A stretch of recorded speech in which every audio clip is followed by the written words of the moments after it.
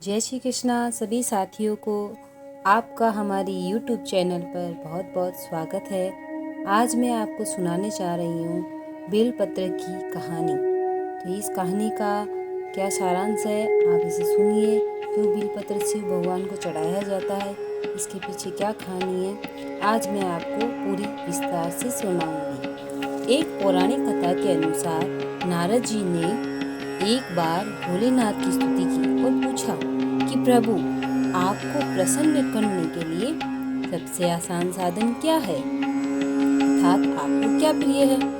नारद की बात सुनकर शिव जी बोले, नारद, वैसे तो मुझे भक्त के भाव से सब प्रिय है, फिर भी आपने पूछा है तो बताता हूँ। मुझे जल के साथ साथ बेलपत्र बहुत प्रिय है।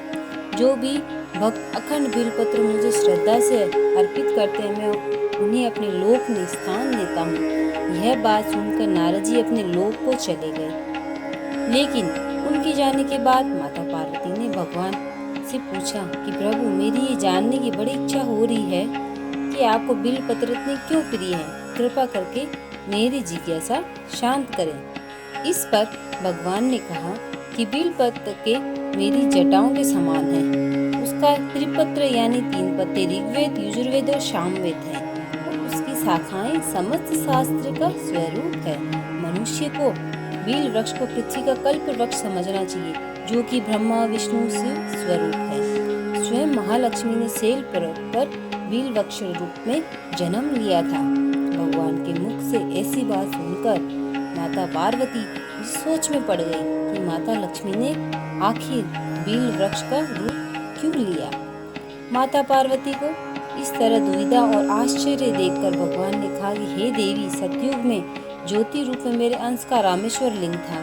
ब्रह्मा आदि देवों ने उसका विधिवत पूजन अर्चन किया था। फलतः मेरे अनुग्रह से वाग्वी देवी सबकी प्रिय हो गई।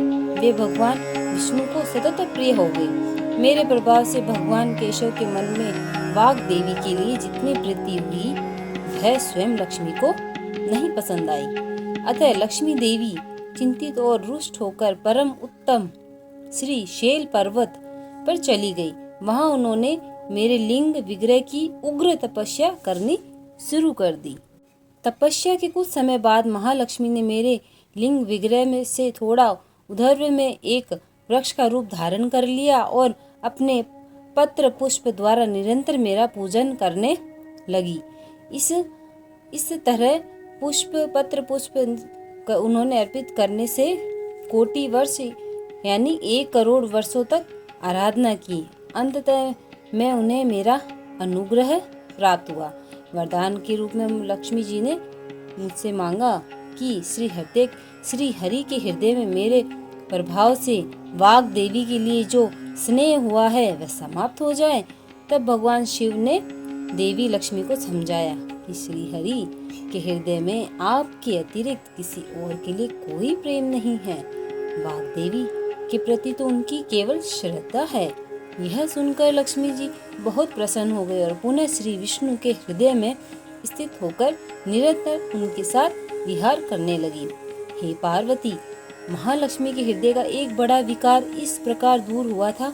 इस कारण हरिप्रिया उसी वृक्ष रूप में सर्वदा अतिशय भक्ति से भरकर यत्न पूर्वक मेरी पूजा करने लगी।